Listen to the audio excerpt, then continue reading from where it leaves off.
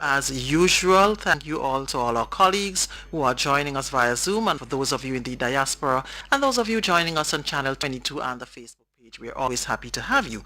So of course, the Ministry of Education is facilitating the press conference this afternoon. We have with us here the Minister for Education, the Honorable Emmeline Pear, as well as Mr. Kevin Andel, the Permanent Secretary, and Mrs. Angela Finley, the Chief Education Officer. And we're talking about plans to reopen school. Without any further ado, I will hand you over to the Honorable Minister. Thank you very much, Leslie, and thank you so very much, and thank you to all of you who have joined this afternoon. Those of you who are joining via Zoom from the media, I want to especially recognize and welcome you, and of course all of those who are listening out there through social media. We are here this afternoon to provide an update to the nation. It is not our final update, but to provide an update as to where we are with regards to the preparation for the reopening of school. And this afternoon I want to begin by expressing sincerest appreciation to all of our stakeholders. I believe that what we have achieved thus far, the successes we have had during this period, and I'm speaking specific to the COVID-19 period, can seriously be attributed to the support and the hard work of all of our stakeholders. In this regard, I want to express special appreciation to all of our principals, our teachers, ancillary staff in our various schools, our school managers, the Grenada Union of Teachers, officers and staff at the Ministry of Education, our parents, students, volunteers, retirees, our funding agencies, and all other persons who have been involved. The Ministry of Education is extremely grateful for your support and your cooperation. As we look towards the reopening of school, we are here today to provide you with a basic idea as to the plans and the expectation. We therefore look forward to the continued support of all of our stakeholders as we work towards this goal of the reopening of school on the 7th of September 2020. COVID-19, as it has done for almost every other sector, has had serious impact on the education sector. Many challenges we have had to face during this period, and it is the reason that I have started with expressing our gratitude to those who have helped us to reach this far. We continue to fight, and we continue to rely on the support of our stakeholders. Last term, we tested our back-to-school plan with our Form 5 students. Generally speaking, this was a major success, and as I indicated before, credit to all of our stakeholders. Following this period, we continued consultation with our stakeholders, so we had very deep consultation for that first process, and we went into further consultation as it relates to the opening of school on a larger scale.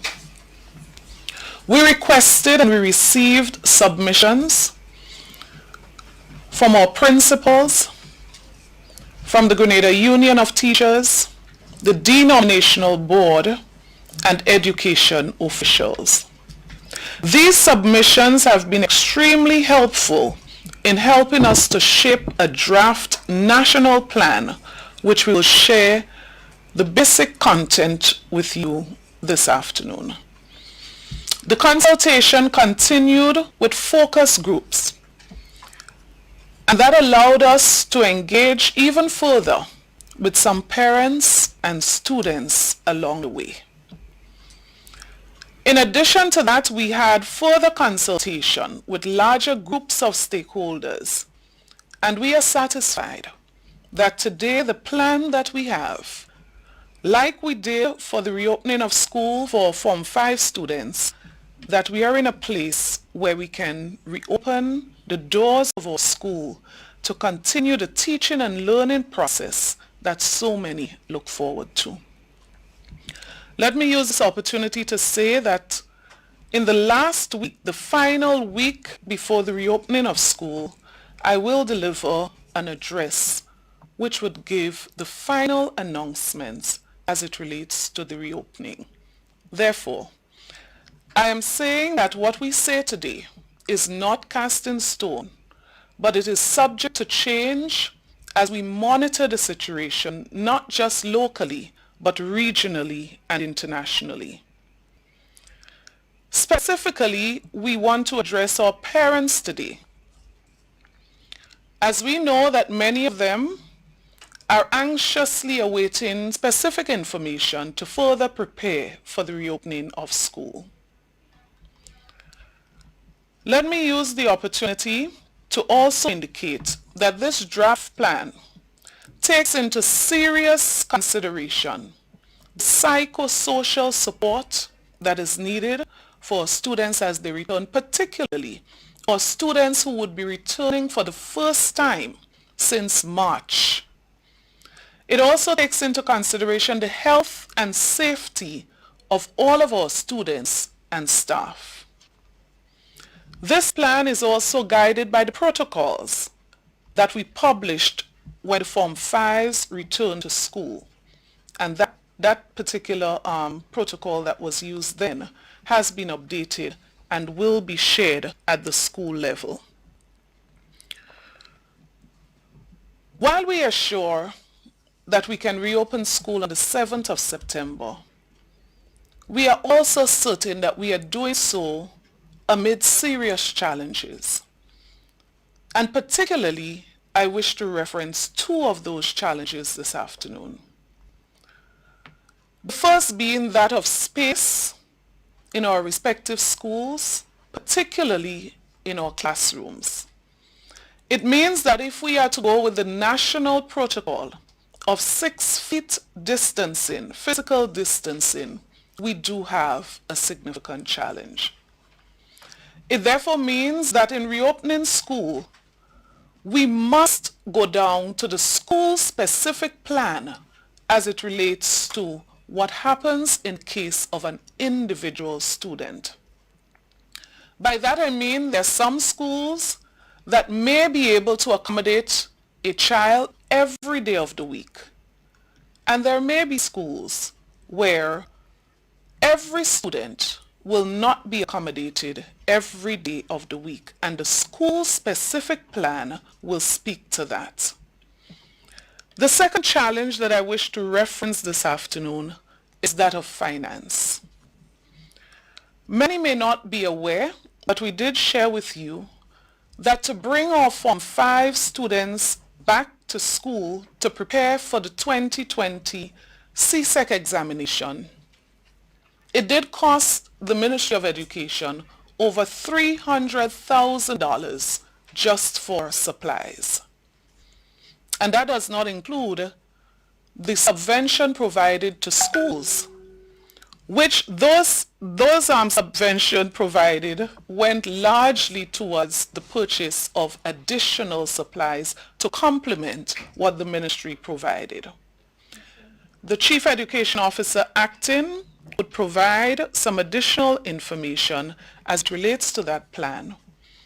And at the school level, when we have endorsed the school-specific plan, the parent-teachers engagement would provide additional details. I wish to use this opportunity this afternoon to appeal to parents who are able to afford to assist in the supplying of whatever is needed to accommodate our students. And I'm speaking specific here to those supplies such as hand sanitizer, the demand for the wearing of masks. We are asking for the support of all of our parents, and particularly those who are in a position to provide additionally. We ask you to make that extra sacrifice. However, the ministry is prepared at this time, and I'm saying prepared at this time because the Cabinet of Grenada had to take a very tough decision to decide that there are programs, there are initiatives where we do have to make a serious cut to be able to facilitate the reopening of school on the 7th. And so it means that we now have to find an additional $1.9 million, just to be able to open school and to function within classrooms for a period of 4 months. This is a very challenging time. You've heard the Prime Minister only last night speak about the fiscal situation. And so this also affects education. And so I appeal to parents, I appeal to the general public for your continued support in this regard.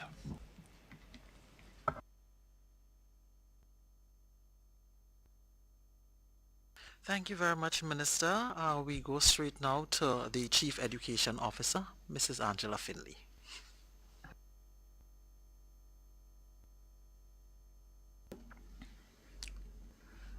Good afternoon, everyone. My task this afternoon is to share with you on the key components of the draft back to school plan.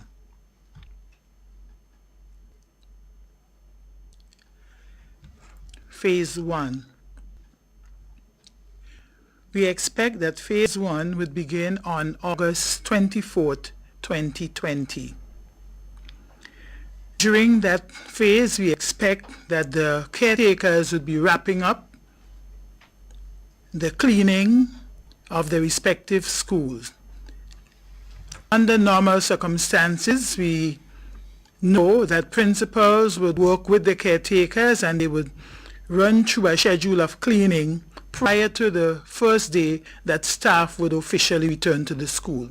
So this year, this time, we do not expect anything different. So some would start their process of cleaning long before the 24th. So we call the week of the 24th wrapping up week for cleaning. The ministry is also committed to provide cleaners, extra cleaners to some schools and first-time cleaners to other schools, such as preschools that never had a cleaner before. We're also looking at the district maintenance team. They're already out there because as we speak, refurbishment is taking place in schools. Some schools have already been notified and the district maintenance team is in the field undertaking repairs. So this again would be coming up in that week of the 24th, looking specifically at broken faucets repairs. Ensuring that whatever is present on compound is working and working well. We'd also have a heightened period of sensitization, public sensitization, providing tips to parents and students to aid their successful return to the classroom. And it will be a critical time also for members of the ICT team and persons who are under the various projects to check on the internet access and the stability and efficiency of the internet across our state, throughout the state. Then we go to phase 2, beginning the week 31st August, what is traditionally called Planning Week. During that week, the ministry has a number of responsibilities to take care of, such as meeting with the school heads. We wish we could have maybe called all of them out, but having worked very hard during the closing off, even the secondary schools, where they had to go way up to the 4th of August to accommodate the CSEC exams, we thought it fit to delay calling them out at this time into direct briefing, but we are purpose to do that at the very first opportunity, being that 31st of August, where we would meet with all principals and share with them and discuss with them things that were not yet captured in the documents that they submitted prior to July the 17th. We are purpose as well to distribute supplies to the schools which did not receive their initial quota prior to the closing of school in March, because we did do extensive distribution in that week ending March 13th, prior to the COVID lockdown. So most schools have supplies, but there are some that we didn't reach or reach with all the supplies that we intended. So during that week, we will be distributing those supplies to top up. We are also using that time to distribute posters. A number of posters have been prepared and also prepared with the various level of students in mind. So for example, the preschool students. The early childhood division has been very busy within the past 2 weeks producing posters that would, with a specific appeal for the early childhood children. So these posters and others that were produced at the government printry or reproduced from the Ministry of Health at the government printry,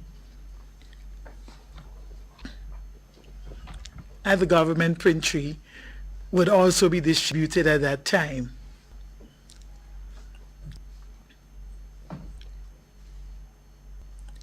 We are also using that period to commence the distribution of devices to teachers.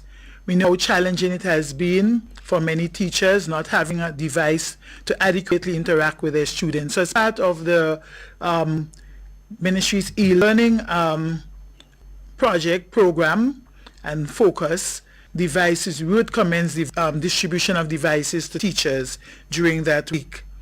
And we would also have district level meetings now for principals and teachers. These would be led by the district education officer. The school will have their specific activities for that period as well, and that would include reviewing of the plans that they have already developed and also reviewing the protocol and the draft plan from the ministry to make the final tweaks to what they intend to present as that final, their final plan. Now, I say final as with a caution, because as much as we are planning, none of us know what September truly would look like. So all those plans, be it the ministry's plan or the school plans, would be subject to revision based on the prevailing conditions. Then we come to week beginning September the 7th, which is, as our calendar says, the start for Michaelmas term 2020-2021. So Michaelmas term, the 7th of September, this would mark the return of students in a staggered manner for all schools. So even if there are schools that can hold all the children, we are very purpose because there are some things that we really want to give special attention in that week, and we would want all teachers to be on deck, on board, to support smaller groups of students than usual. So schools would get that information, parents would be provided that information as to what period is set aside for that particular cohort of students, okay, be it Form 5, grade 6, kindergarten, they would all be returning in that week for just one day. And there are some specific things that they would treat with during that day. Critical there is an assessment of what has happened for them during the period that they were, so in some cases, disconnected from their learning. Because we do know that not all students were able to connect with their teachers during the period March to July 2020. For the secondary schools, there are some additional activities which would center around the distribution of devices to parents. And the first target there would be some on the mainland. And also we would have special orientation of teachers to the e-books. You would hear more of that when P.S. Andel makes his presentation. Phase 4 again, it would still be a staggered approach for all schools. We will have at that time focus on teacher professional development with an emphasis on retooling, curriculum refocusing. Because if you think of what it's going to mean for a school that just cannot accommodate all the of their population within a given week. We think of challenges in schools, especially the junior to the infant department, where you have double desks. And just by virtue of the fact that you have double desks, it means that there would not be enough desk space to accommodate every child when it comes to social distancing. That double desk, in effect, cuts the possible attendance to 50%. And if we think of any student having 50% attendance for a term or a year, it can have a significant drawback in terms of what they are able to learn when we think of what the curriculum is and what regional exams and so may call for. So for that reason, the curriculum unit is purposed to look at curriculum refocusing and the whole idea of projectized learning. So within that week, sessions will be held with teachers at the various levels to support refocusing and retooling so that we can maximize lesson delivery and content delivery in our reduced contact time, what is evidently reduced contact time. And then we have the week beginning September the 21st. Again, students would be in, but at that time they'll be in for some assessments, national as academic assessment to ascertain now how ready they are for the content that is to be delivered for Michaelmas term.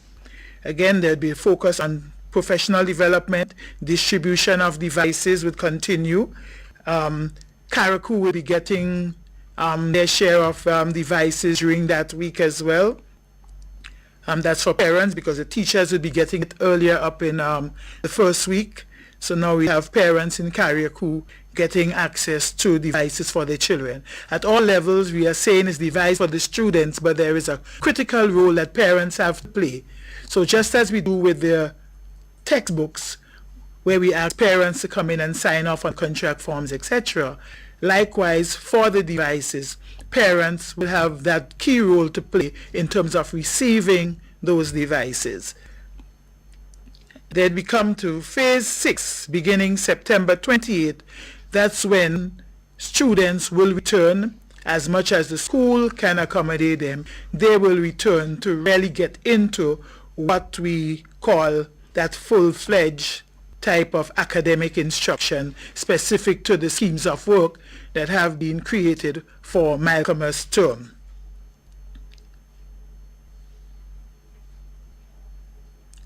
And this will continue all the way until we get to schools out, which is scheduled for the period 14 December to the 1st of January. And then Hillary term is set to commence on the 4th January 2021. Yes. Thank you very much. A very comprehensive report from you. We do thank you so much. We go now to Permanent Secretary, Mr. Kevin Andal. Thank you so very much.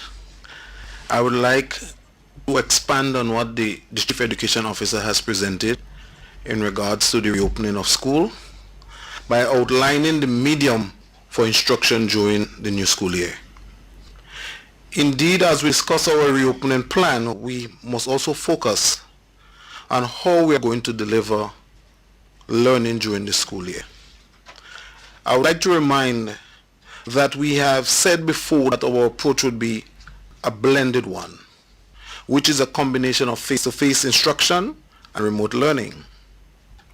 My deliberation today would really focus on that aspect of remote learning, because remote learning has many facets, including e-learning, the e-learning ecosystem.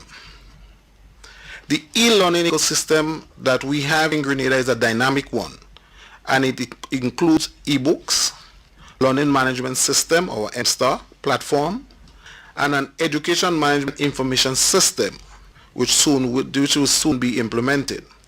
This e-learning ecosystem will be hosted on tablets and laptops. These devices are critical to the success of this initiative. This is why the government of Grenada has seen as a priority to invest heavily in procuring these devices. Initially, we have planned only to focus on the procurement of devices for secondary school. But with the demand for the adoption of e-learning across the education sector, we have embraced full implementation. In fact, we have secured 24,000 plus devices, laptop and tablets for our students and teachers. I would like to say from the onset, that the provision of devices and the rollout of the e-learning initiative would be phased. Therefore, we would start with the provision of secondary school students and teachers' devices first. Then, we are going to deliver the primary school students and teachers' devices. Let me speak to the secondary school devices. As of today, all the secondary school devices are on island. I am aware that many are expecting a swift delivery of the devices to the end users. Please note that we are not delivering a device to our students, but an ecosystem. This ecosystem is expected to aid in the delivery of educational services, which are geared towards making our students competitive in a digital-focused world. Let me inform you that in order to maintain the integrity of the ecosystem and to ensure that the students receive a device that is suited for purpose, we have to follow a number of processes and apply a host of protocols. These processes and procedures are not geared to making the arrangement more tedious, but to ensure we do it right. Therefore, with the devices on island, we have employed a number of these protocols and procedures. Devices on island. First step, clearance and inspection. We inspect to ensure that there are no physical defects with the device. Presently, we are configuring the device. This process is the most lengthy process. Configuration includes installation of apps. These apps are for the holistic learning, which includes Zoom, Team, web browsers, media players, Mster app, a whole host of apps. As a matter of fact, we are expected to install approximately 20 apps on the device. Then after the installation of the apps, we have to register every user. That involves the uploading of user data, which includes student's name, ID number, and relevant biographical data. Let me say to you that we are expected to register 9,600 users. That's a lot of users, a lot of devices that we need to configure. The data for the end users was collected from the schools and verified. This was a very tedious process. At this point, I would really like to thank the principals and the teachers for collaborating and ensuring that the correct data was given to us so that we can facilitate the registration. Let me say that if we miss one letter that is inputted incorrectly, that targeted user would not be able to use the device, and we would have to do the process all over again. The third step in the process is applying policies. One of the major policies to be applied to the device is what we call a mobile device management software, the NDM. The NDM is a software on the tablet that is responsible for giving administrative privilege to system administrators and will allow for the employment of security protocols and administrative protocols on the device. This NDM allows us to track the device. We can identify whether every specific device would be at a particular time. God forbid if one of these devices are stolen, we would be able to locate that device. Not only locate the device, but also to wipe the device, meaning that all the data on the device can be removed. The NDM allows us to block prohibited sites that we really don't want our children to go on, and to also give teachers control of the device when needed. This is critical for the protection of our children and in general the end user. Security is important to the Ministry of Education. That is why we are committed to securing your children as they are engaged in e-learning. The ministry is committed to providing a device and an ecosystem that is geared towards providing your child or children with a safe environment to learn. That is why I would like to assure you that we are being deliberate in our efforts to provide a system that is secure, that is useful and is relevant. In short, we are taking our time to do it right. Please note that the configuration of one device is expected to take us 30 minutes.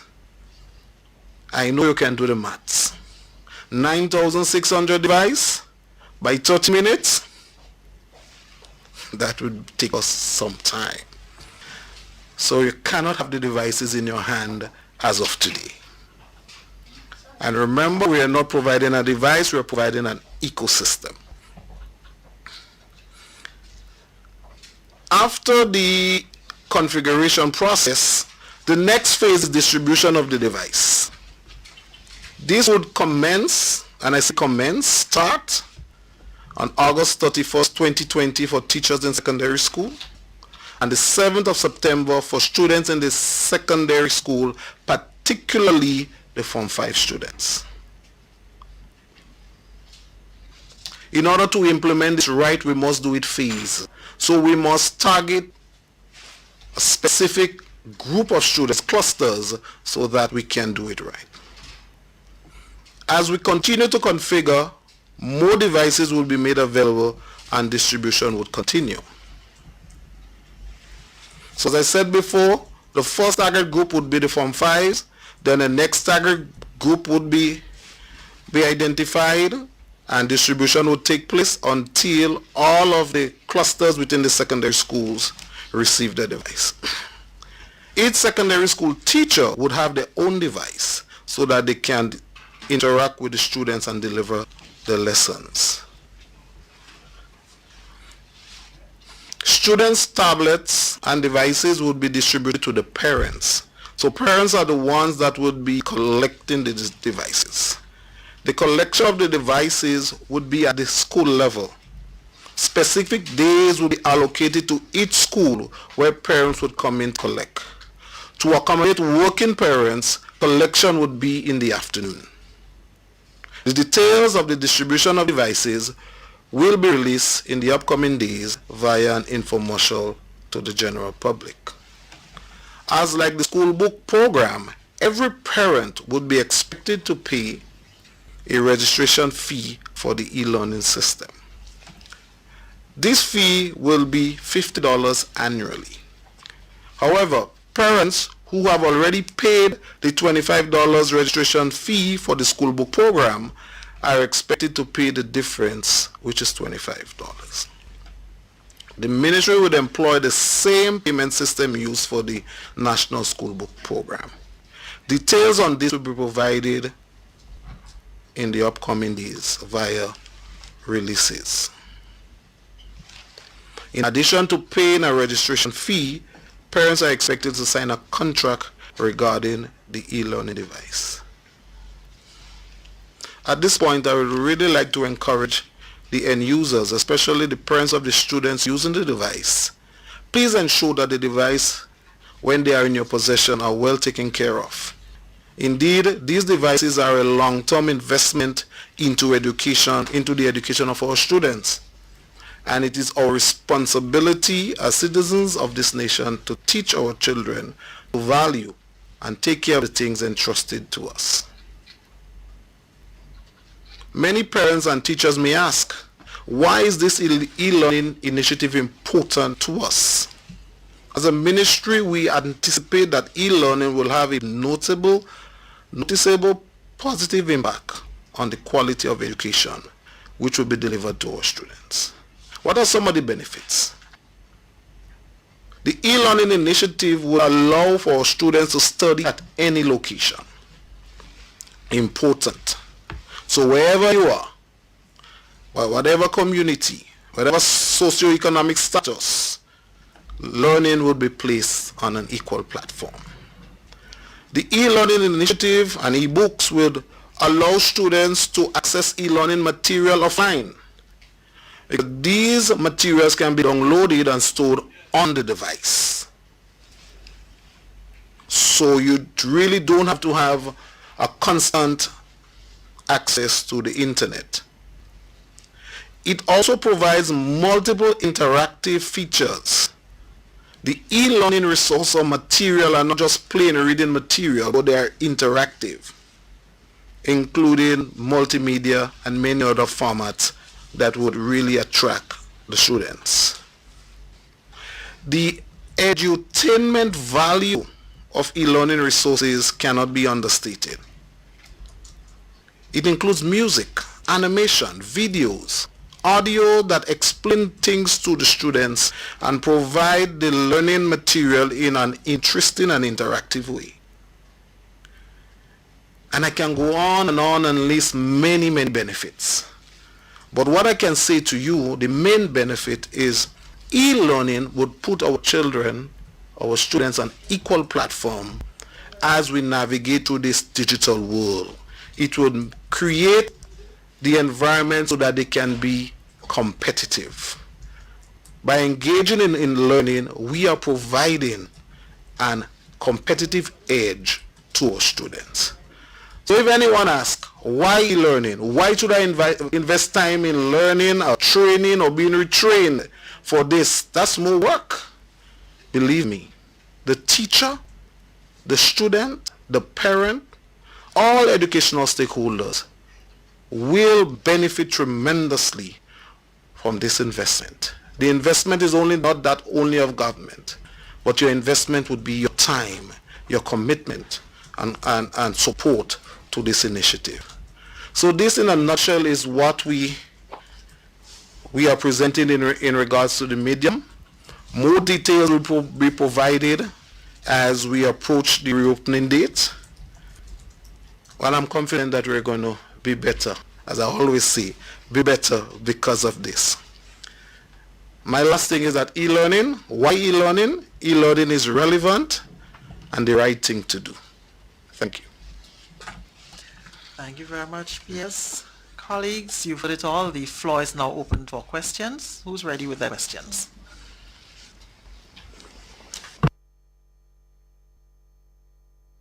Mikey, I see you. Good afternoon. Go right ahead.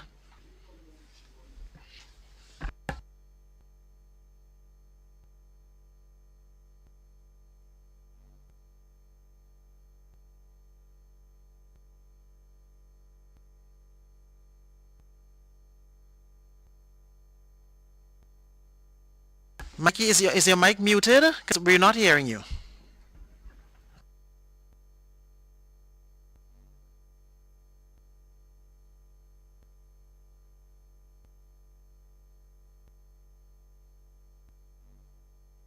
We're still not hearing you, Mikey. So can you just check to see if there's any problem? Anybody else ready with the questions?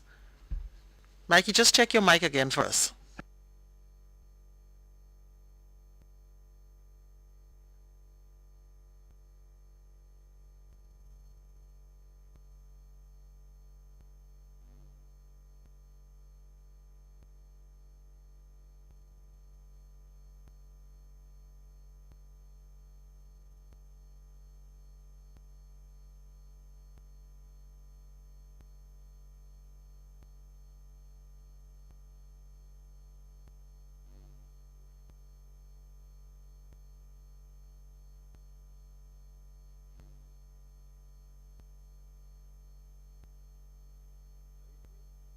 Okay, great. We're hearing you now, Mikey. Go right ahead.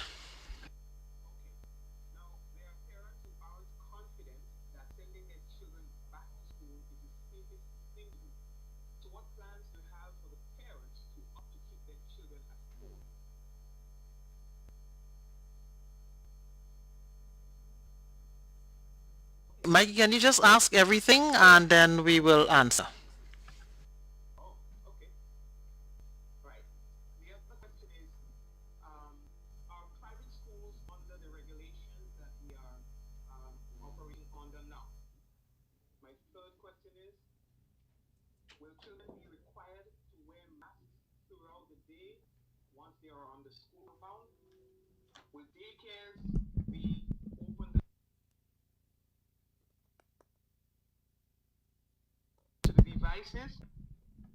are the devices coming with protective cases? And what is the expected lifespan of those devices? What happens if a device gets damaged? What is the protocol for its replacement? These are my questions. Yes. All right, thank you very much, Mikey, and we certainly would have missed those questions if you were not able to log on. So with regards to parents who are not very confident, I would say this. We have tested the return of students for the CSEC examination. And while this cannot be totally compared with having all students out, whether it's staggered or whether it's different days, we feel comfortable that we are able, after the extensive consultation that we have had, that we will be able to do this. However, a parent who is extremely uncomfortable, and maybe a parent who has a child with underlying conditions, we would expect that that parent would have communication with or conversation with the principal of that school. And of course, the ministry will be prepared to provide whatever necessary support that can be given, working with the school to further support students with special needs, special cases. And of course, we would not want to force a child to come out to school because, of course, psychologically and otherwise, this would not be healthy. So we will work with any parent in a situation like this to give all the necessary support that we can. And of course, remember, in some schools, this would be the case because you would have cases where not everyone would be able to come out every day. And so the online version of this teaching and learning would also continue. As it relates to private schools, the plan as presented by the Acting Chief Education Officer will not apply to private schools. What will apply to private schools is the protocol that we did go through publicly before, and we will be releasing that again.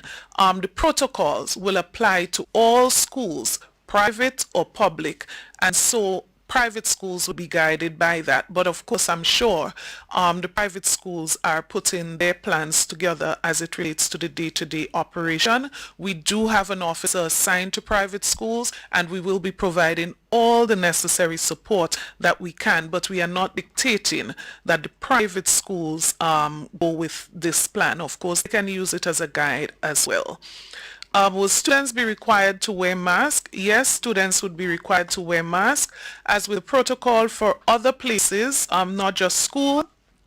When persons are at least 12 feet away, it is not necessary, and so within the protocols, we are going to be publishing those again. We keep saying that during the lunchtime, during the break time, the distance that you're at, it's a good opportunity. You can remove your mask and so on. We have said up to 12 feet. Within the classroom, we expect that persons will be wearing their mask, but we also made accommodation, special cases where a child, just like with other places, cannot wear a mask for the entire day or at specific periods during the day in the classroom. We will work with parents to give all the necessary support that they can. As it relates to the devices, PS?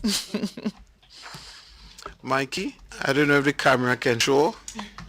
I have one of the devices with me, and if you notice, it is in a folio case. We open the device, and the device has a protective case that is surrounding it. So let me turn it around. So there's a keyboard attached. The keyboard can be detached from the device, and the device is encapsulated or surrounded by protective polymer material. So if it drops, it is protected. You close the children or close the device, cover it with the folio case, and the screen is protected. So this is one of the devices that we have in regards to that. So Mikey, yes, it does have protective, there is a protective case. In regards to damages, there is a schedule for replacement. We are continuing to consult, so we would not be able to give you the specific details as yet. That will be available after the consultation with various stakeholders in regards to that, and we will provide that details shortly. But yes, if the device is damaged, there is a fee for replacement. And Leslie, and just before you go to the next question, I actually smiled when PS said, if it drops. And it reminded me of the child that may want to drop it to see what happens. Parents, we want to encourage you. Please encourage them, don't drop the device. While, yes, there's a protective case and we've done all that. I mean, we've been back and forth with the suppliers to ensure that we have the best possible in that regard. But we want you to take good care of this because we want it to last as long as is possible. Thank you very much. Minister, MTV is asking what consideration, I think you addressed it to a certain point, will be given to children who are asthmatic. And the other question is, are you concerned about children who would have been involved in the carnival-like activities? Right, so as it relates to persons with special conditions, asthmatic, cannot wear a mask for whatever reasons, whatever reason at all, we dealt with that too, and we tested that with the reopening of school in the last term. So we do understand, and we will not put pressure on any parent, whether it's a child with special circumstances. Same applies to a teacher. If there's a teacher with underlying condition, special conditions, we expect that a medical, something from a doctor, we will be looking into giving all the support that can be provided both to students and to teachers, because this is not normal times. The details of those would be communicated at the school level.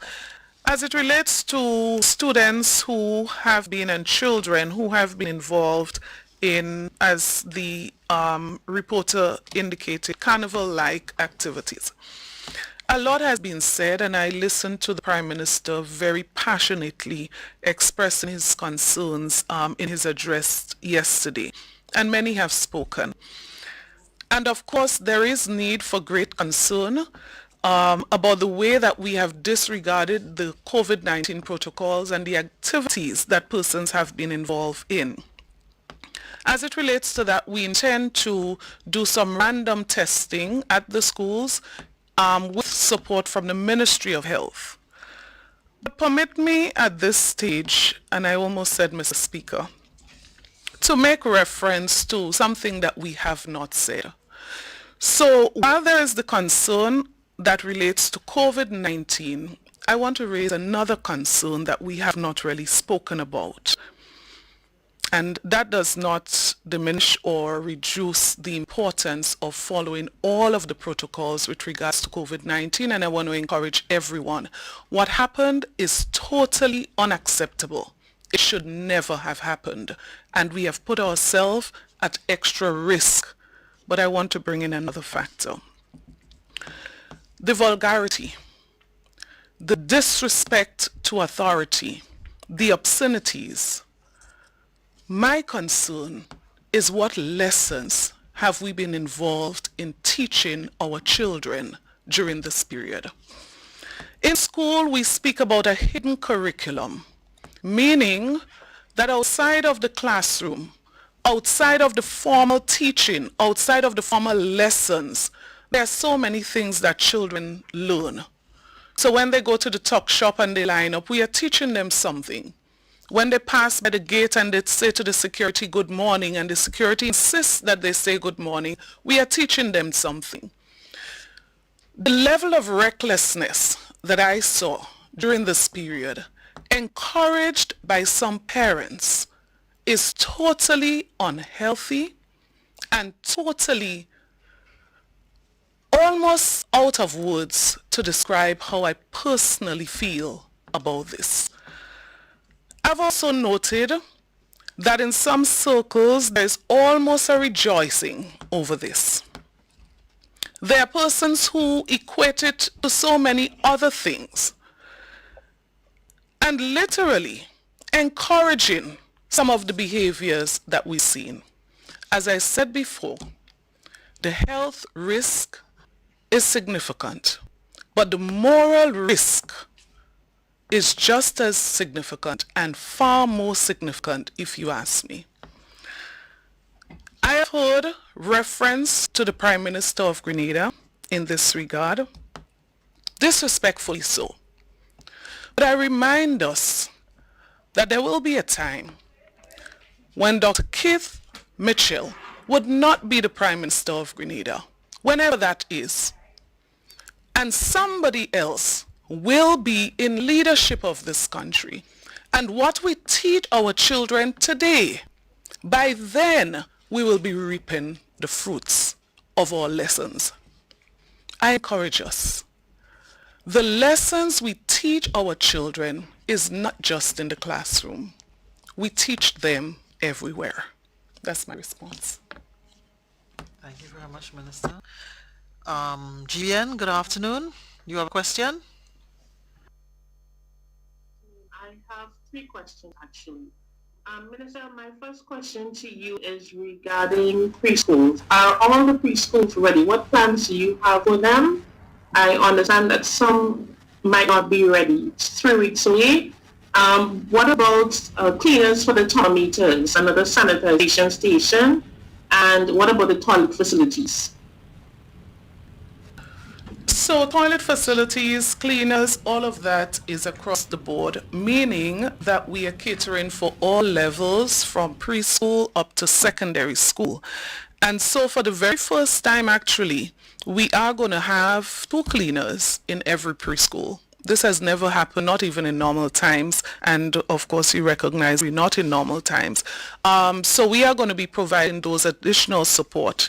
We have been able to get some additional support outside of what we're providing for schools from friendly organizations, and we intend to give a little extra support to our preschools as it relates to management of the situation there. Let me say this, that we intend to have very close supervision on the ground, particularly at the preschool level. And so I anticipate and I feel very confident that we can do this. Again, I want to reiterate, if there's a parent for any reason who feels strongly that they are not ready or their child is not ready for the 7th of September, the Ministry of Education, the school, we would work with parents to ensure that we give them that measure of comfort that is so very important. That's it for you, Rina?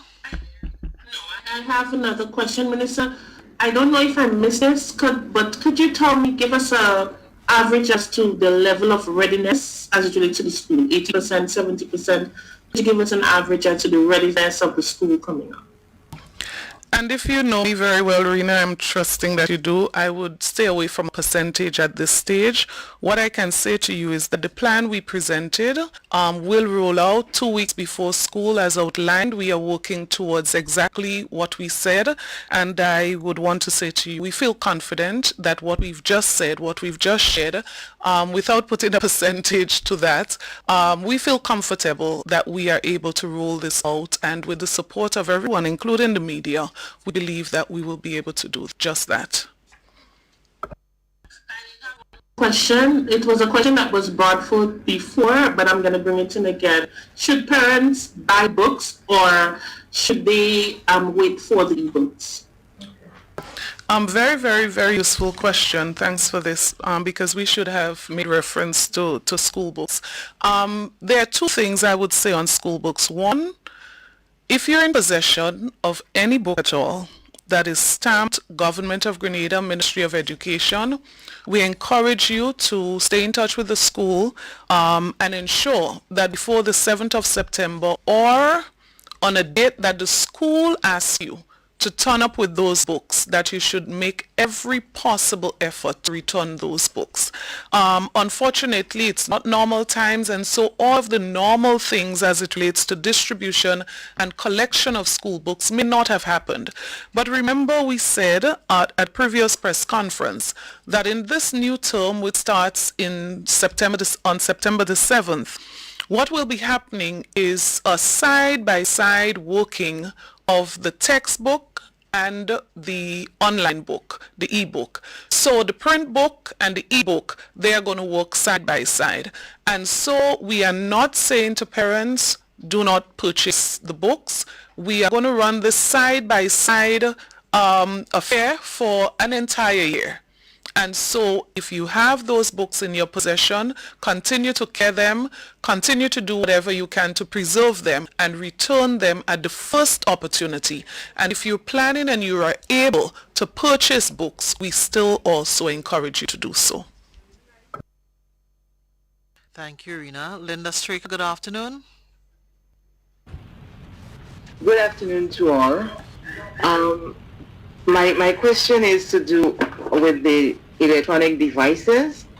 Mr. Ander said that he explained the length of period that will be taken for one device, which is 30 minutes, and the number of devices he did announce the amount that has to be done. Can the minister or Mr. Ander tell us if government is working with a local company to assist in ensuring that these devices are in time for when school, when they're ready for distribution, which is most likely within the first month of school opening? What is the cost for setting up all these devices? And with regard to the use of content on the 20 or so apps that will be downloaded, has the government of Grenada signed any agreement with any of these content providers and developers for use for the educational learning of our children here? That's it for now. I have more. Right. Thank you so much for that. I can say to you that indeed the process would be a lengthy one, but we have employed a system within Grenada whereby we are going to utilize the human resource within the Ministry of Education, and we also have engaged a number of young technically minded individuals to assist us. We have presently over 35 of them at the center configuring. The company that we procured the ecosystem from also have a representative here working with our technical team, as well as the what we call them, the junior e-learning champions, as they configure the device. Based on our calculations, even today, the team has surpassed the standard amount per day. So the team is working quite well. I can assure you, by the 7th of September, we will have enough devices configured to do our first round of distribution. After that round of distribution, when we are ready for the next target cluster, that amount of configured devices would be available.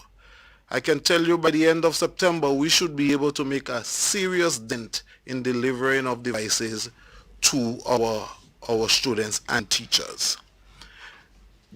The apps that we are going to download onto the device are apps that are open source and apps that would not allow us to pay a licensing fee per se. The MSTER app belongs to us. All of the other multimedia apps are open source apps that we're going to employ. So don't worry at all, Ms. Straker. We're not going to infringe any intellectual property rules or regulations. I think I may have missed the next question that you asked. I think it was 3. Well, that one is not relevant because we're not hiring a company. No, we're not hiring a company at all. The ebooks solution was procured from a company who would work with us for the next 3 years as we implement the e-learning solution. In regards to the costs that you asked about, we'll have to do a number of calculations, because the cost is not only a one-off cost, but there are also associated costs, and we really don't want to give you a cost that may not truly reflect the whole initiative. So we'd have to do further calculations to present that cost. But in the minister's remarks, we should be able at that time to give you a figure that truly reflects the overall cost for this. And PS, I just want to highlight that the name of the company that government is working with for the next 3 years for the working of these devices. It's a U.S. company, and the name of the company is Fortuna Pix. and I just wanted to add, Linda, so very important. We know the challenging times that we are in, and I don't want us to lose sight of the important investment that this government is making into e-learning, and particularly so at this time, because we recognize that one, if our children are to keep up with the fastly moving world of technology, we have to make that investment. Two, the current circumstances that exist, we do not want our children to be disadvantaged or to be left behind. And this is precisely why we first committed to devices for secondary schools.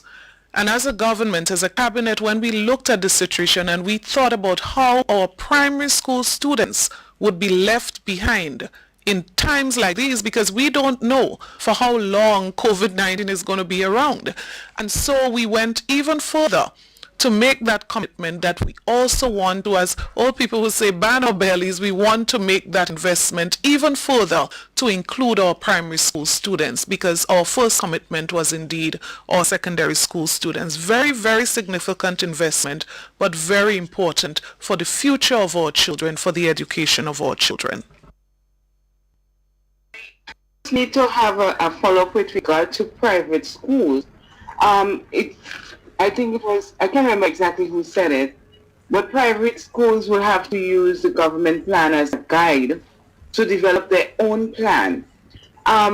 What is really expected of private schools? Do they have to, the ministry have to approve the plan? Do they do the thing on their own? And what would happen if a parent decides that they do not wish to be part of the public school system with the staggering format, and instead decide to have the child goes to a private school? Will the ministry allow the child to continue to that new setting with the government's device? Thank you, Linda. A very interesting question. And the truth is, I'll confess, I never thought about that one. So a student signs up in the primary school for the device and then decides that they are going to move to secondary school. I honestly think it would be unfair to all the other colleagues there if we allow that one child in moving into private school. Currently, what we have done and what we've committed on a more serious note to the private school is that we are going to make the MSTER platform, and we have made the MSTER platform free of cost to the use of all private schools and all private school students in Grenada. So I know for a fact that during the last term, some students from private schools were on the platform preparing for the CISEC exam, because we did make material available there to help and support our students as they prepare. Devices, we are not in a position at this time, and I explained the financial challenges that we do have, even to open schools. So we are not in a position at this time to facilitate and to supply devices to students in private schools. So we do not or would not expect that that child will move on, because we would have to ensure that we secure those devices for the next child replacing that child in that particular class, right? The second thing is that I do not want us to misunderstand. We are not saying that the private schools have to use the national plan to be guided. We are not saying that they have to.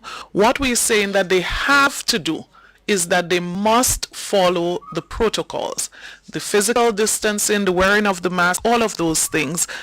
We want to be more functioning in a supportive capacity to our private schools outside of the protocols. So whatever way we can support, additional way, we would be quite willing. As I said, we have assigned and we are paying one officer who works along with all of our private schools on island, or most of our private schools, and we are going to go as far as we can to support.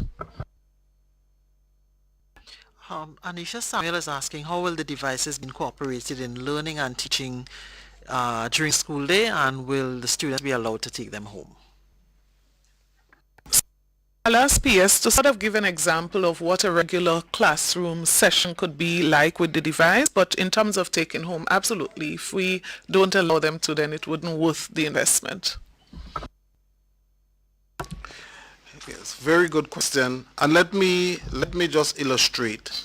A mathematics lesson being taught, computation lesson, or geometry lesson, or whatever lesson in mathematics that is being taught.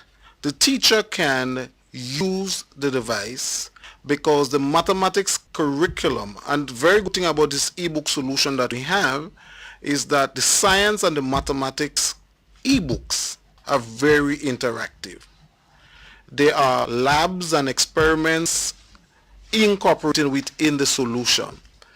So a teacher can one, present the concept to the students and ask the students now to go onto the device, go onto a specific site that is prescribed and allowed, and they can explore the lessons, the different parts of the lessons. They can look, if it's a concept development, they can look at similarities, and they can also look at real life pictures and examples of whatever is presented.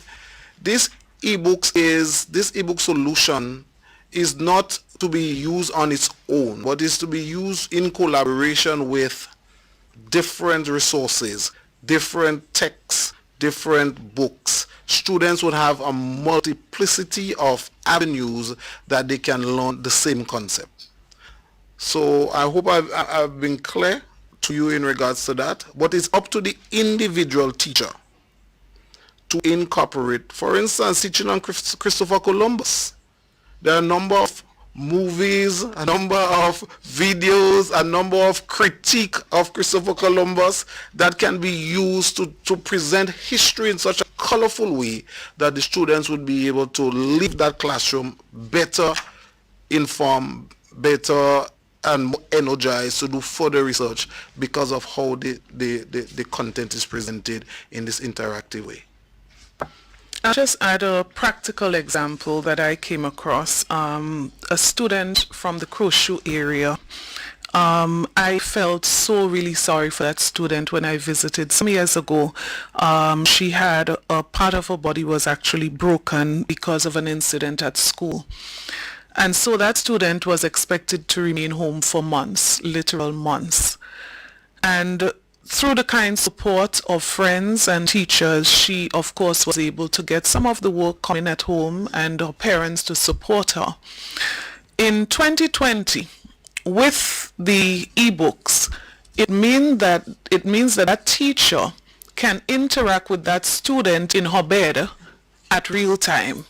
So the connectivity, that child can actually go on to the big blue button, which is similar to the Zoom, and that child can lie in the bed and take in the entire class or lesson that is being taught. But also with the click of a button, the teacher can also forward assignments, activities for her to do. On the bed, she can take the device and she can look at her video. She can look back at a recorded lesson of the class. And so what we'll be doing is making a major jump forward, a leap forward in terms of what we were able to do in a regular classroom and what we were not able to do. But the part that intrigued me personally when I first saw the presentation of the ebooks was the science lab. Most schools would tell you that there's always a challenge with supplies for labs. And of course, if one bottle of reagent falls and spills and that's it, it's gone, and we just might not be able to supply or to replace. There's always a challenge. But guess what? The virtual lab on the ebooks actually allow the child to measure, to pour, to look at reactions, to record, to assess. And I mean, for me, I'm not a science person, but I was really intrigued just by looking at that. So there is so much, and that is why this would not be a come line up, you know, like you collecting something and we just hand out. It's a process where people have to be educated to get the best value out of this. To add one thing component in the ebooks that we didn't mention is the assessment component. Now, in real life, in the classroom, you teach a concept and you may have to do hard copy, multiple choice, or hard copy, true and false. And then the teacher would have to collect that assignment, go home, mark it, and come back the next day to give you the result. With this ebook solution, the assessment for a specific concept can be done in real time. The answer can be given in real time, and you can reteach and you can have discussions so students can understand really what mistakes they made, why, and the teacher, him or herself, can realize where I made a mistake in the teaching of the concept. That would inform further lessons. And this real-time assessment for me was really enlightening, because students can do a whole CXC examination, mock examination, and get the result in real time and be able now to say, okay, this is what I need to learn, this is the concept that needs to be retouched, and we can go forward. So it's not only the presentation of the content, but really the assessment aspect of it is really enlightening and encouraging. All right, colleagues, we've passed the 1 hour mark, so we're getting ready to wrap up, but GBN is asking any support for parents and grandparents who are not tech savvy. Okay, so we have recognized this as one of our challenges, and we have been working, as a matter of fact, on GIS. We do have a special program that targets parents, and I remember looking at the very first episode. It actually went to the parts of the computer, from the mouse to the screen to the keyboard, very, very basic, so that the average grandmother, for example, who never interacted with a tablet before, seeing a tablet for the first time, that program can be available and accessible. Then one may say to me, well, every grandparent may not be able to access GIS. So I am thankful that GBN asked the questions. So I'm going to invite the media to assist us in ensuring that those programs get to all of our parents out there. It's called Remote Learning. And we would like to solicit your kind support in ensuring that our parents are able to access all of the information necessary to be able to support the children as it relates to e-learning. And of course, we are going to take advantage of social media as well. And let me plug in at this point. There are a number of persons within the media, a number of media houses. I do not want to get into trouble by starting to name, but I just want to say a number of media houses have been very supportive during this period, whether it's social media platform or mainstream media, have been extremely supportive in helping us to get information out to our students and parents during this time. I don't think there's any way we can really fully repay you for your kind support, and I want to express our gratitude and to encourage you to continue to assist the students, continue to assist the education system by allowing us the opportunity to share these materials with our students. So whether it's math, sign language, whether it's education as it relates to technology, I want to plug this request this afternoon for your continued support and our deepest appreciation to you. All right, I know we said we were wrapping up, but Callistra Faria, I think, just joined us. So she said she has a few questions, but let me just get in too quickly. Somebody's asking what will playtime look like during recess and lunch with the 6-foot distancing? What protocols are in place for that at that time? And somebody else, well, Linda Stricker is asking if contact sports will be allowed. And then we'll come to Callistra. And I think Mikey has 2 questions, and we'll wrap things up. Okay. Contact sports and all other things would be according to the national guidelines, national protocols, whatever exists at the time, number of students in a bus, all of those things that are guided generally by the national protocols. They continue to be guided by that. And I think I missed, the first question. They were just asking what would lunch and recess look like right. at that time. Definitely not what it looked like before March. We are going to be continuing our efforts to encourage principals and teachers to use the protocols that we provided last term. So whether it be the lines to the tuck shop, the lines to the classroom, and so on, the 6 feet physical distancing. And I think schools did an excellent job last school term as it relates to that. Some schools, very creative, they had their markers, you know, for the 6 feet to the tuck shop, the 6 feet to the lunchroom, and so on. And we are guided by those protocols still. All right, so as promised, Callistra Faria, it's your turn now, and then Mikey, and then we will wrap things up. Callistra, good afternoon.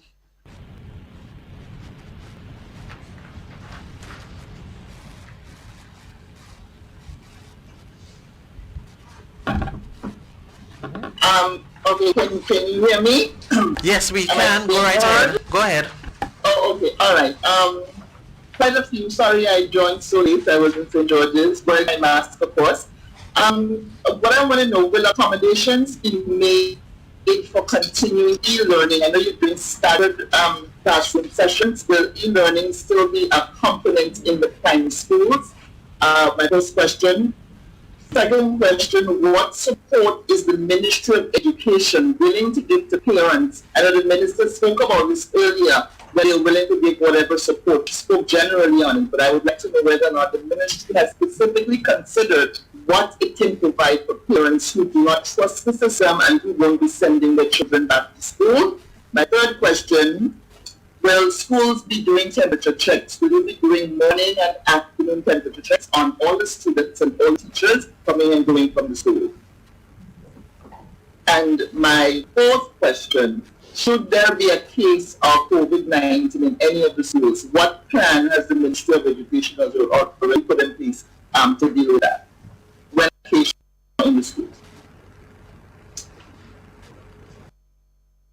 All right, thank you, Callistra.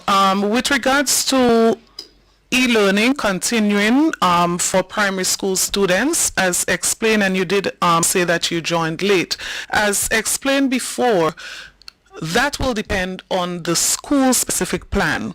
And I'm speaking about online learning during regular school time. Now, because the students have the devices, it means that after school, they are able to use those devices to continue learning.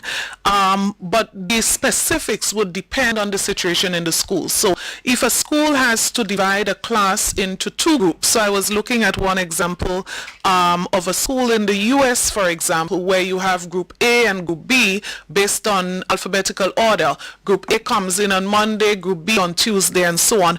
That would be reflected in that school-specific plan, that you would actually get that information closer to the opening of school after the schools have developed that plan using that national guide. Parents who do not trust the system, and we have left accommodation for that. We suspect that this would be a very small minority of parents who do not trust the system, and we are prepared to understand, because we know that we have never had a role play of COVID-19, and so if a person doesn't trust, I would say the first few weeks, you know, you can look at how this transition. I would advise you very early, probably during planning week, to make communication with your principal and your teacher. Let them know your concern. We are quite prepared to provide a counselor or someone who can provide additional support if you think that the child needs additional support in any way. I would say let us touch base with our teachers or principals during that week and express. I don't think there's going to be a lot of people in that category there, but we respect that, we understand that, and we want to ensure that we give the support. I suspect that just before the reopening of school, we are going to resume some of our psychosocial support, whether it's online, remotely, and so on, to help people to feel a little more relaxed about that new venture that they're going to be getting into. But we totally understand and want to be supportive, and we are not going to be tough on a parent who says that, look, I don't think I'm ready, I don't think my child is ready. We are not going to be tough. We are going to help you to carry on and to get along and to soon get back into the normal scheme of things. The temperature check. this is not included in our protocol. This is something that we must get guidance from the Ministry of Health, that they're comfortable with our schools conducting temperature checks, because it's not just checking temperature. It's also about a person's readiness to do that in terms of the training and the knowledge. And of course, once we talk about getting into health specific things, there are things in the law, there are things that we are also guided by, and we want to make sure we do this right. So we are going to raise that additionally within this period with the Ministry of Health. We take total guidance. Anything related to COVID-19, we take guidance from the Ministry of Health. Previously, they had indicated that this is not necessary. We are going to continue to check and dialogue with them. And once the Ministry of Health believes that it is necessary, that there should be a temperature check for every child, we are going to ensure that this happens. At this stage, we have not gotten that indication from the Ministry of Health. If there's a case of COVID-19 in a school, of course, we are guided again by the protocols. So not even just having a case. If a child displays a symptom, any kind of symptoms, that probably looks like COVID-19. Same as with the church, same as other organizations, you're expected to call immediately the Ministry of Health through the COVID hotline. We do have protocols that speaks to distancing of the child in question. So we encourage schools to have a space, at least, if not a room, a space where that child can be distanced and that child can remain there until the parent comes to receive that child, which we expect would be in the shortest possible time, so that that child can take instructions, and note how I'm putting it, instructions from the Ministry of Health, because we know you don't just try going to every suspect case to the medical facility or to the hospital. You first call the COVID hotline for instructions and direction. So we are working closely with the Ministry of Health, and we feel comfortable that we have listened very well to the instructions they have given, and we are quite prepared to work with the team at the Ministry of Health to ensure that we protect our children the best of our ability, as we have done in the past. Thank you. So Mike, you're up next. But Minister, somebody's asking if there's anything right now you can say about TAMCC. TAMCC will be making some announcements next week as it relates to reopening. What I do know at this stage is that there are interviews taking place, one-on-one consultation with second year students, and that is to determine exactly what those students are going to be doing for their second year. There are some challenges that TAMCC is facing at this time, like every other sector, as it relates to preparation, and they are working feverishly to the reopening, starting with the second years. Of course, the first years we will have to wait for results to get started, but TAMCC is doing a lot of work in the background in terms of preparation too, and they will make some statements in the coming week. Great. Mikey, you are next, and you're the final person. Go right ahead quickly. Okay. A lot of what is being said today is somewhat dependent on the cooperation of teachers and department heads. Has there been any sort of consultation on what has been presented to the media today with them? And do you anticipate any form of pushback whatsoever? Also, I am not clear as to whether or not we got the question about daycares answered earlier on. I asked whether or not daycares are allowed to operate. And as well, are the tablets locked from downloading unauthorized apps, so as to prevent parents and some teachers from having Netflix and chill? Okay, I'll let PS deal with the Netflix and the chills. I would just want to say, Mikey, that we have done as best as we could have done under the circumstances to consult with all possible parties. Prior to the closing of schools, principals were to consult with teachers, submit all of their concerns, all of their recommendations, how they see school rolling out for them in the new year, and this was before school closed in the previous term.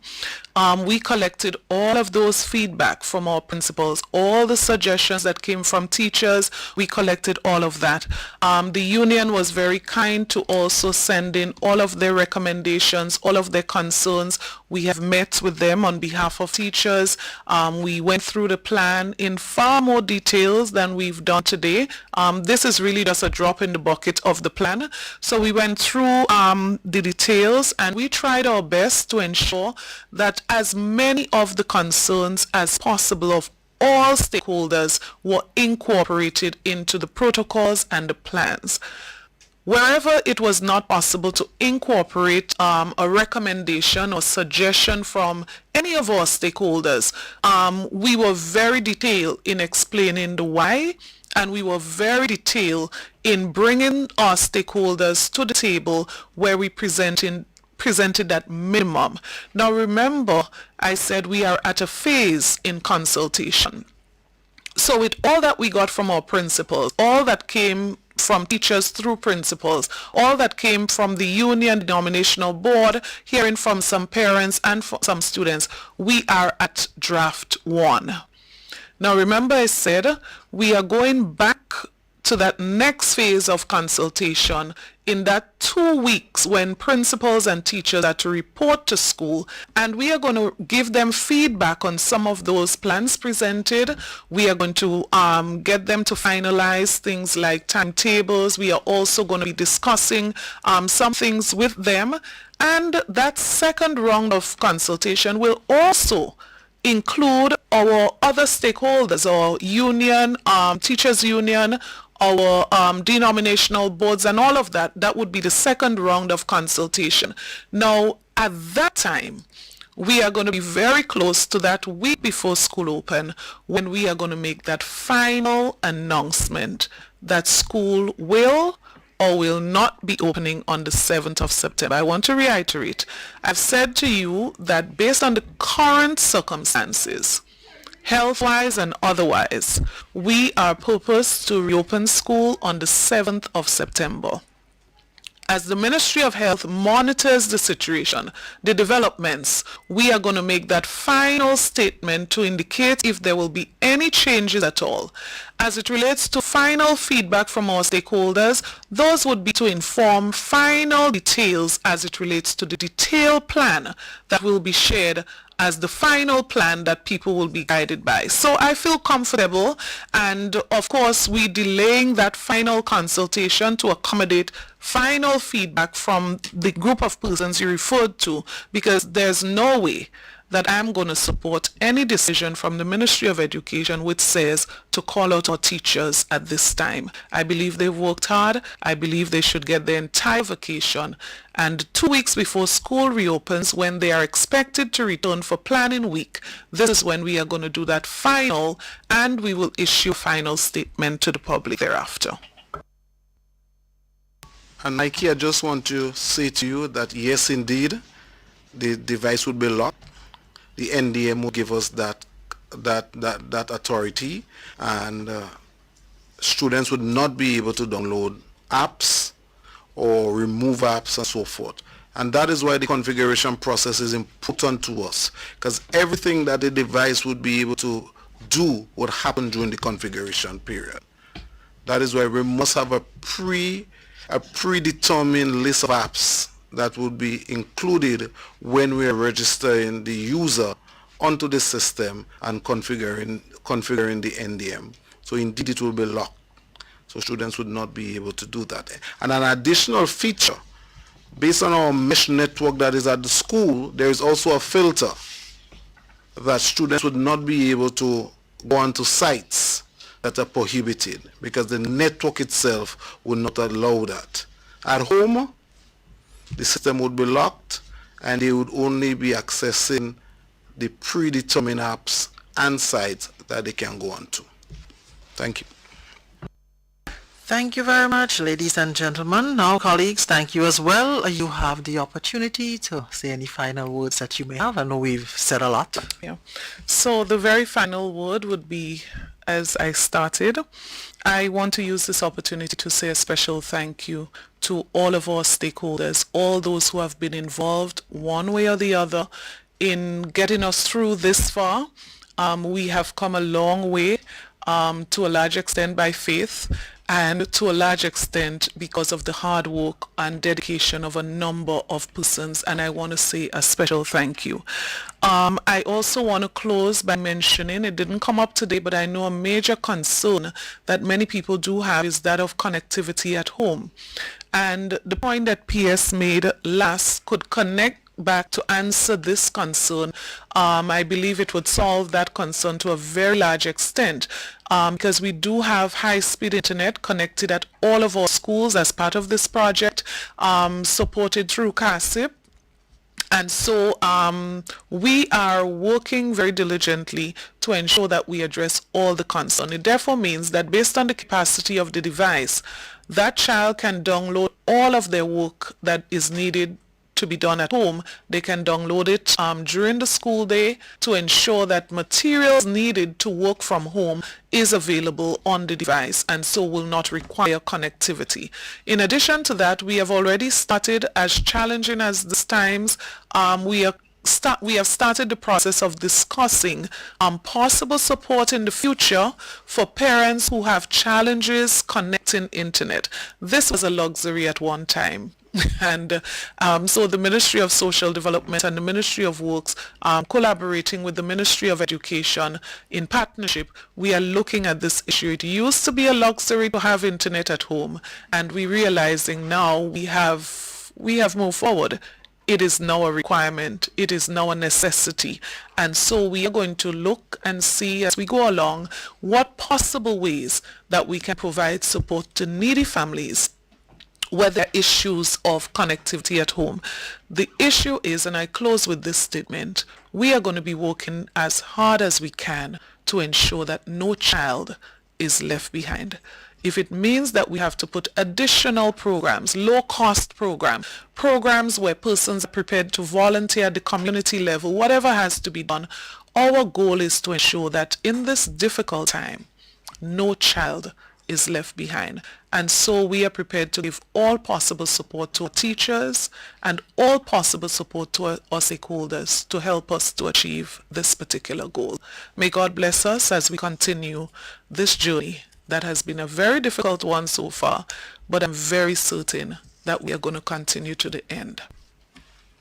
Thank you. P.S. Well, my statement will be very short. The implementation phase for the e-learning initiative will be phased. I want to repeat that. And I am confident that we'll get the support of all our stakeholders in the process. I'm asking you to be patient, but I am confident, as I said, and I use the word confident a lot today, that we are going to deliver the devices per prescribed deadlines and schedule. And I'm hoping that you continue to pray for us. And I want to express appreciation to the hardworking staff at the Ministry of Education as they work hard to ensure that our delivery of educational services are relevant and really meet the time that we're in. And they will continue to provide all the support to all of our stakeholders going forward. So thank you very much. Thank you, Ms. Finley. Any final? I'm sorry, I caught you off guard. Any final words? Okay, thank you for this opportunity again. And what I want to say to the public, parents and guardians, yes, we are very concerned and committed to supporting students who are in the examination classes to give them the best possible opportunity to succeed. But we are also very committed to every child, so that whatever we roll out, we are committed to ensuring that every learner gets the best possible opportunity to advance with their education. So we are counting on your support, the support of the general public, to ensure that what we deliver can be supported at the community level, so that every child can get what it takes to move on as best as circumstances would allow. Thank you very much, Minister P.S. and Mrs. Findlay. We do thank you so much. A lot of information for us. We do thank you. We appreciate, colleagues. Thank you to all of you who asked the thought-provoking questions. We do appreciate as well for those of you joining us on the channel and on the Facebook page. And of course, those of you in the diaspora, we were so happy to have you. Have a great afternoon, everybody. Thank you.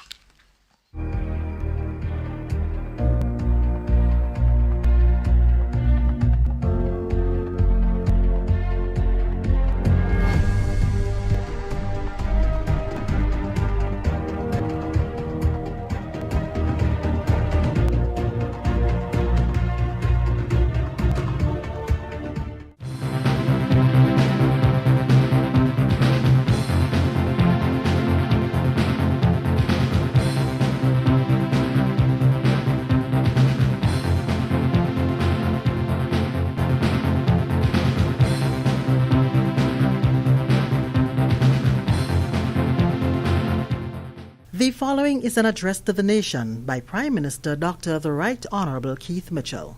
Fellow Grenadians, in recent weeks, Grenada entered another phase of the fight against COVID-19.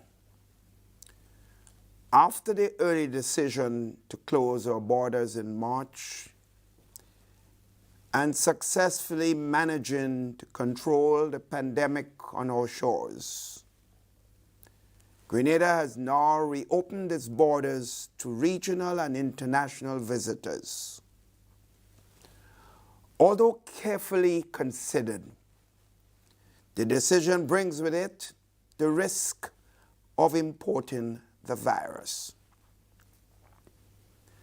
The harsh reality, sisters and brothers, is that in an interconnected global economy, we cannot indefinitely isolate ourselves by keeping our borders closed.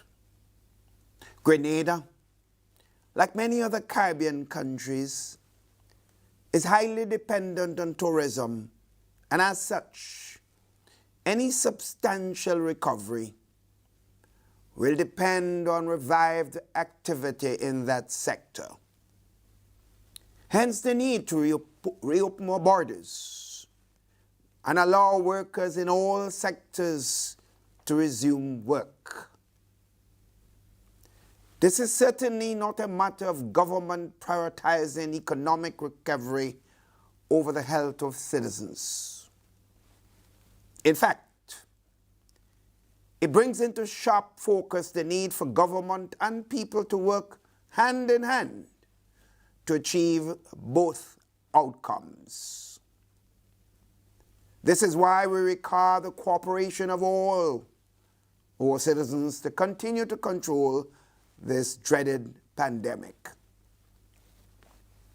Government is fully aware that the consequences of reopening our borders can be quite alarming. We already see some countries experiencing a spike in the number of positive cases, and in some instances have to reimpose national lockdown or quarantine the entire communities. Government is therefore of the view that the protocols must be strictly enforced and adhered to. However, we cannot do it alone. There is an equal and corresponding role that every citizen must play. In the absence of a COVID-19 vaccine, the recommended protocols must become part of our daily life. While we may struggle to adjust, as by our very nature, we are social beings, we must make a conscientious effort as our lives depend on actions or inactions. At the regional level, the bubble that was created is intended to help restart regional air travel while at the same time offer some measure of protection to Caribbean countries which have seen relatively low rates of infection. For this initiative to be successful, we must adopt a unified approach with respect to surveillance, testing and contact tracing, and that includes the OECS on Barbados. The classification of countries based on the risk levels is another important initiative as we attempt to restart the tourism industry, while continuing to maintain the required protocols and industry guidelines. Sisters and brothers all, unfortunately, we had to forego carnival celebrations this year. We all know that mass gatherings could present a formidable threat in this health crisis. Like you, I missed the revelry of the season. From the witty talent of our calypsonians and soca artists, at the various shows to the old mass and jab and juve morning, from the spectacular light displays in the Monday night mass, to the creative costumes showcased during the parade of mass bands on Carnival Tuesday.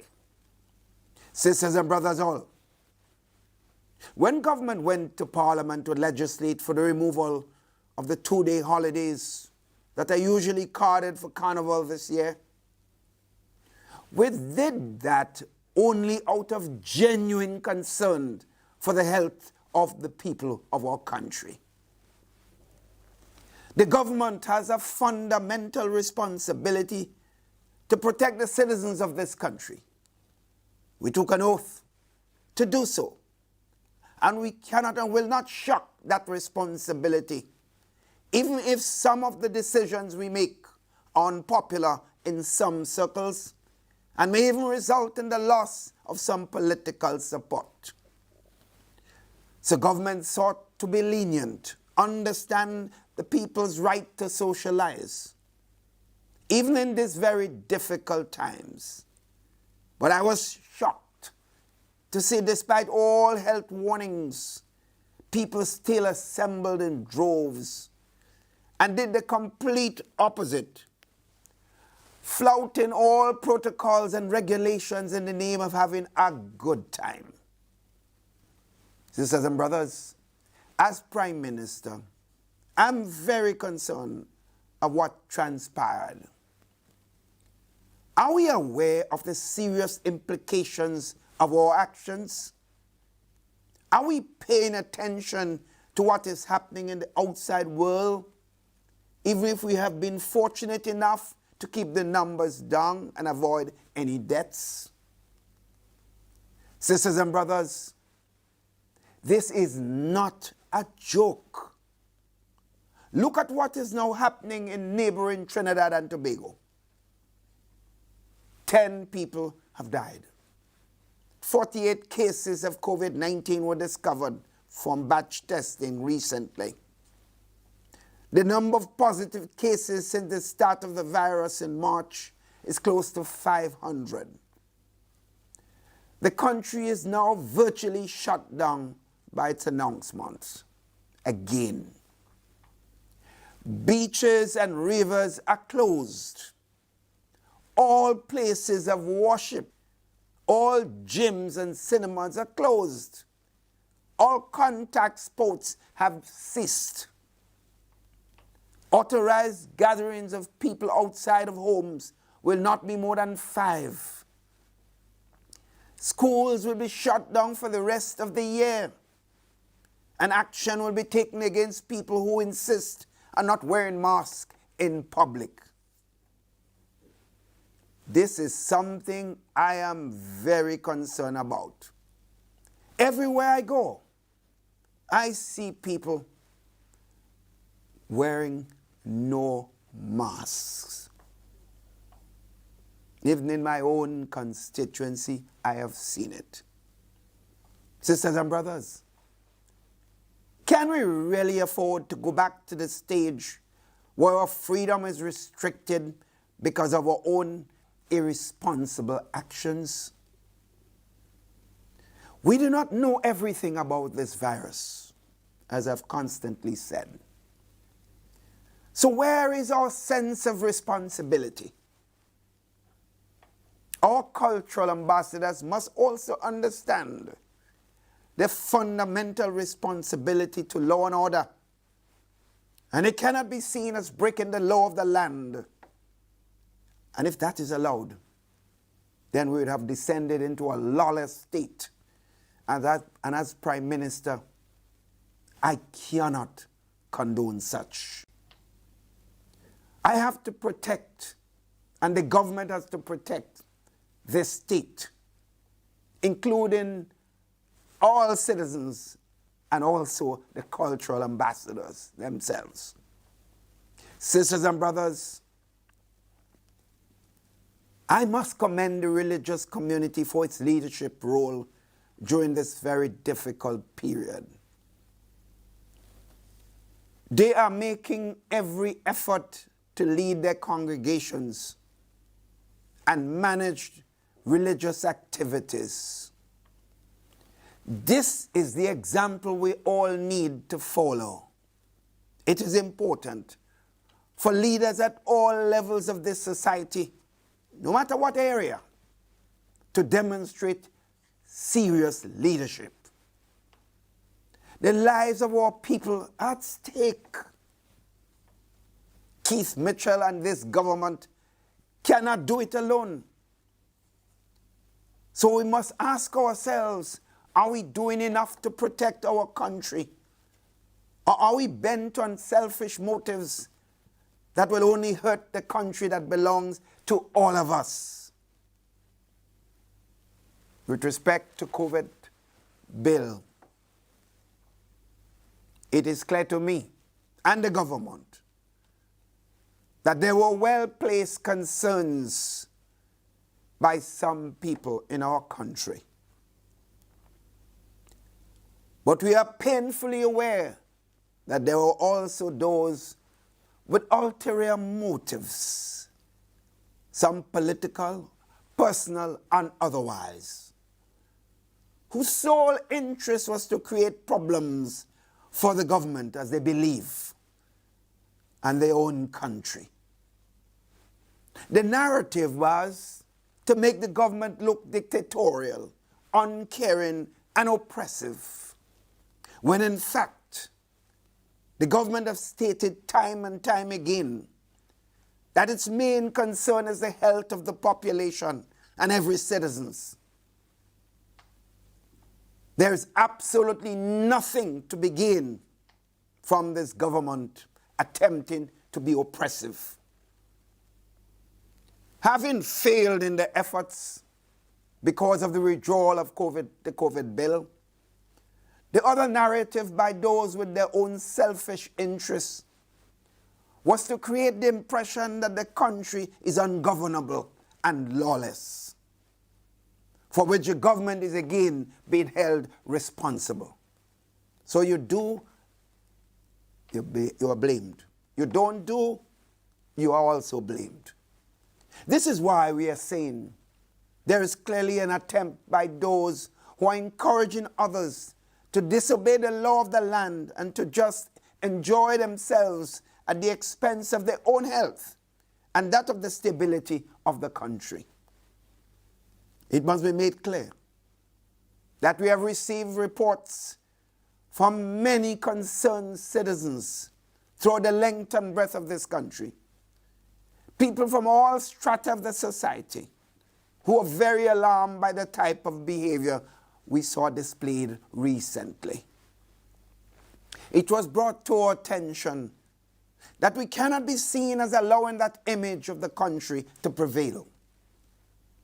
The government has a fundamental responsibility to protect the people's lives, while at the same time recognizing the right of the people to socialize and enjoy themselves. That right, sisters and brothers, is not something government will ever try to take away from anyone. So the police and the Ministry of National Security, in their better judgment, understood that, and therefore common sense prevailed recently. We need to also consider, sisters and brothers, that as a nation, we have lost so much productive time due to the lockdown that was instituted in March. We have to capitalize on every opportunity to restart and rebuild our economy and our country. The cancellation of Carnival celebration, therefore, might not have been the most popular decision we have made, but in the long-term interests of this country and its overall development, we ought to see the tremendous value in foregoing the Carnival holidays and instead using the time productively. Foregoing Spice Month 2020 does not mean we are any less emancipated. We earned that right 182 years ago. Foregoing Carnival means that in the midst of a global pandemic that has claimed thousands of lives worldwide, we are prioritizing our own health and safety and being considerate of those that we love. By the time August 2021 rolls around, therefore, and hopefully Spice Mass is in full effect, this year's sacrifice, therefore, will be seen in distant memory. Sisters and brothers all, in the event that a vaccine is found between now and year end, chances are that we might be able to enjoy a very good carnival season in Carriacou next year. But I want to stress here, this can only be done assuming we have a vaccine that protects all of us by then. The point I'm making here, therefore, sisters and brothers, is that we want people to enjoy themselves and to continue to socialize. In the meantime, restrictions on mass gatherings remain in place, and it is quite disheartening to see the many examples of open defiance being demonstrated by some people. In my view, therefore, is there any way to equate momentary pleasures of enjoyment with a threat to one's own health or that of your loved ones? The critical takeaway here is that we cannot allow complacency to creep in. We must also dispel the notion that some of us are immune to the virus. The harsh reality is that the threat of COVID-19 remains very real. It affects everyone, and letting our guard down can bring disastrous consequences to our families, our friends, and our entire country. Sisters and brothers, the magnitude of the impact of COVID-19 continues to manifest itself in different ways. Government has now revised downwards revenue initially proposed in the 2020 budget. Given the projected 40% or more in reduction on average in revenue collected by both the Inland Revenue and Customs Department and other areas of revenue generation. The Ministry of Finance have now projected that based on the present revenue collections, we'll collect $181 million less than what was projected and expected if we did not have COVID-19. Accordingly, 2020 expenditure must be brought in line. This means that the budgets of most ministries will have to be adjusted to deal with the revenue reduction, and measures such as streamlining discretionary recurrent expenditure, stricter manpower management, and waste reduction initiatives must be implemented. Sisters and brothers, to help create jobs and stimulate the economy, government will place significant emphasis on aggressively implementing capital projects that are funded by external grants and loans. The Ministry of Implementation and the Department of Economic and Technical Cooperation in the Ministry of Finance will continue to collaborate to ensure an improved rate of project implementation across the entire country. The contract valued at $46.8 million was recently awarded for 11 agricultural feeder roads. Other capital projects already underway are to come on stream shortly, and they include improvement of the St. Patrick's Road network, the Western Main Road corridor upgrade, the SDA Comprehensive School, Bishop's College, Presentation Brothers College, the General Hospital Refurbishment Phase 2 project, the Extreme Rainfall Project, which seeks to stabilize 6 slopes on the Western Corridor, the extension of Brothers Bridge, and the Regional Disaster Risk Reduction Project. Collectively, these projects represent an investment of close to $250 million and will create at least 800 jobs. Sisters and brothers, as we prepare to move aggressively on our public sector investment program, we anticipate significant activity in the private sector.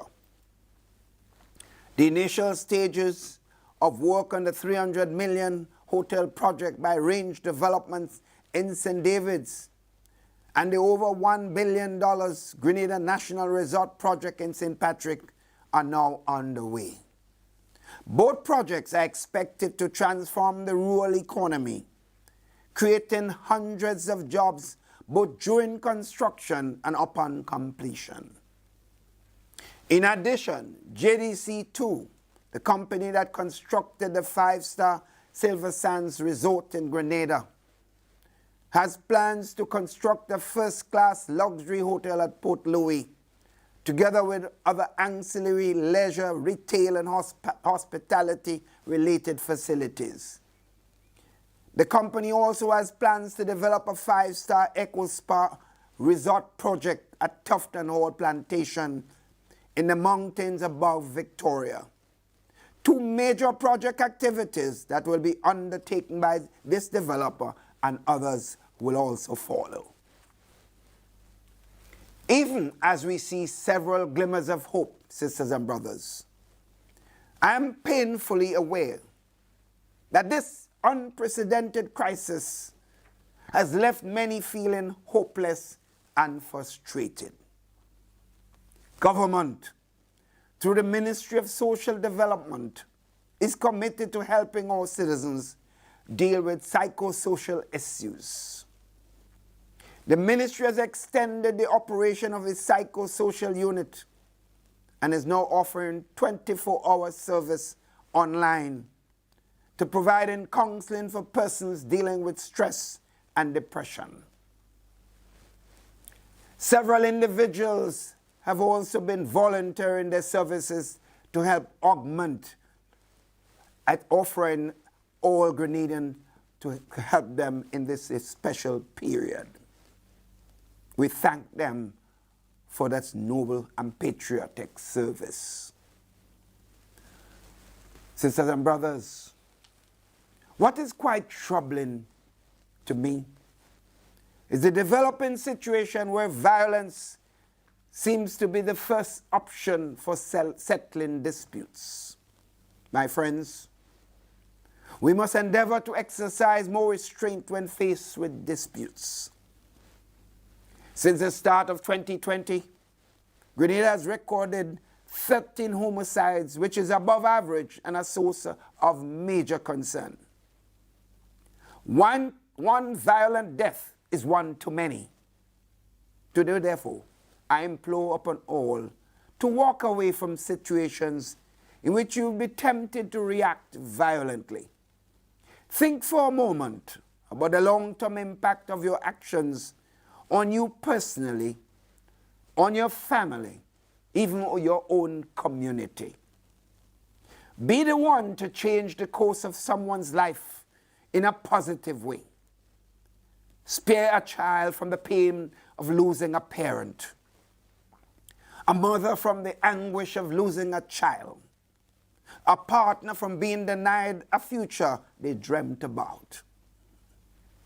Fellow Grenadian sisters and brothers all, there are countless persons who have contributed in one way or another as we tackled COVID-19.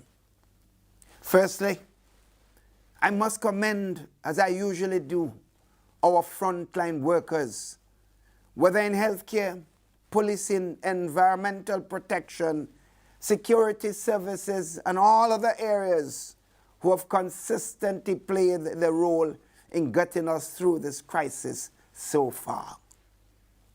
Many of you made immense sacrifices, and for that we applaud and thank you and appreciate you. Thank you all for your service to this beautiful country. Specific mention must also be made of the COVID-19 Cabinet Subcommittee, which was tasked with advising the government as it attempted to execute the Herculean task and mandate of protecting the citizens of this country from this invisible enemy. Members of this committee met daily from the inception of this crisis through the expiration of their mandate on July 31st. Words cannot even begin to express the gratitude we all feel for their dedicated service to the government and people of Grenada, Carriacou, and Petit Martinique. We recognize, too, that it came at the expense of the quality time with their respective families during a period of great uncertainty, and for that, we are even more grateful for those noble sacrifices made. To the various subcommittees which served as part of the National Task Force for Rebuilding the Grenada Economy, I also take this opportunity to say thank you for your work. We had a limited time frame within which to execute our mandate, and hereby confirm that you have certainly delivered. The recommendations contained in the report submitted are currently being reviewed. Thank you for the generosity of your time in serving the government and people of this country. I must also recognize the work of the COVID-19 Economic Support Secretariat in the Ministry of Finance. This small team of dedicated public officers assigned to the Secretariat has performed a task that at times seemed insurmountable. They worked around the clock to ensure that applications for support were processed and beneficiaries received their payments in a timely manner. Despite the many criticism about delayed payments and some problems which went beyond their control, they must be commended for a job well done. I know that one day we'll look back on this period of history and be thankful for the experience, for the lessons it taught us all. And as we go through the challenges now, it may be difficult to visualize a post-COVID world.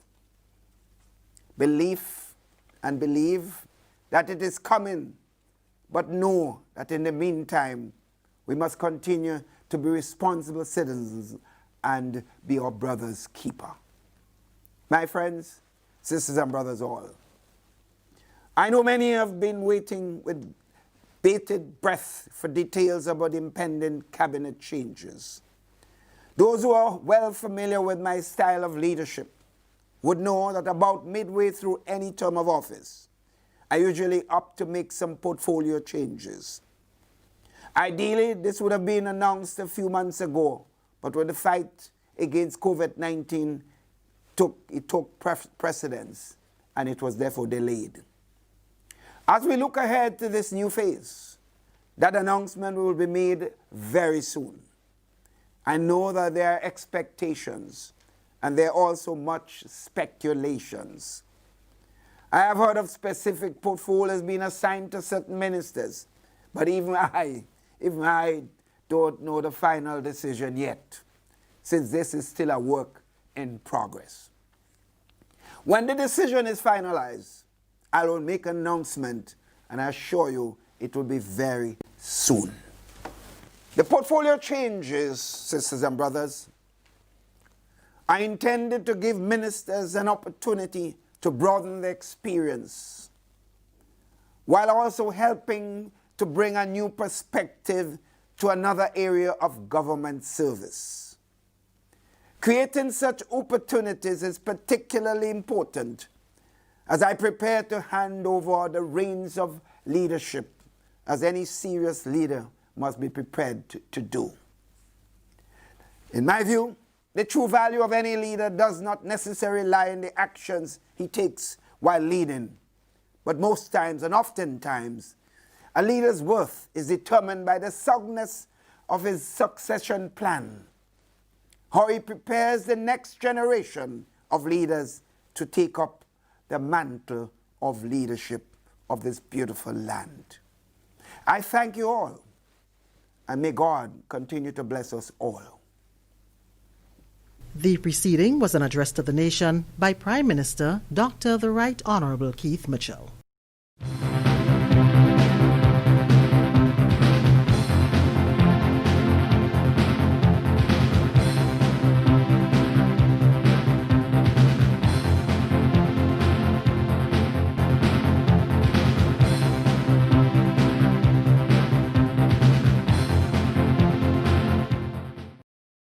Stay up to date with all that's happening with the new National Party, NNP. Send us a message via text or WhatsApp on 405-8683 with your name, email, and constituency. Stay in the know with NNP. Get updated.